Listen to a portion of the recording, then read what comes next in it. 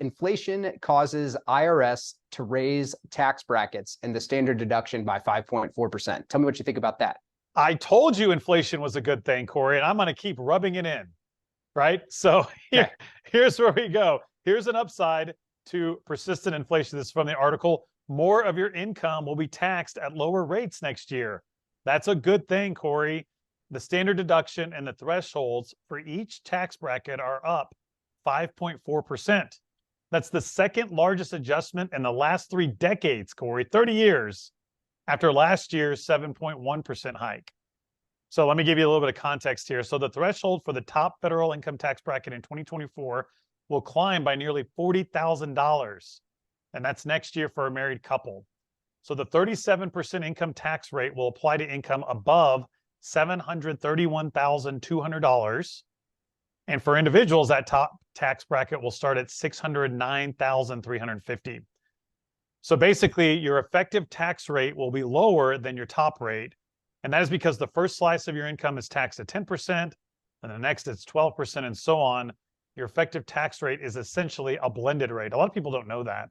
Most people in their heads, Cory, this is from the article also, say that I'm in the 24% bracket and that's my tax rate. But when you're in the 24% bracket, you're not paying 24% on all of your income. It's graduated. I also want to point out one other thing, and I want to hear what you think. In 2024, the contribution limit for 401ks and other workplace plans are $23,000. That's up $500 from this year. And it's up another $7,500 if you're 50 and older. So the contribution limit for individual retirement accounts or IRAs is $7,000, up from $6,500. Cory, can't say it enough. Inflation is good. I know that's your opinion, Jake, and I understand that it allows people to save more money. Where our disagreement, I think, lies as it pertains to inflation is not adjustments to tax brackets or standard deductions or anything else. It ultimately has to do with the purchasing power of a dollar. And my perspective, I know. And this isn't about inflation. I was rubbing it in a little. All right. Well, hey, I didn't go there. I'm just saying you're right. Purchasing power is weaker potentially, but maybe you're getting some of it back in the form of lower taxes or lower effective taxes.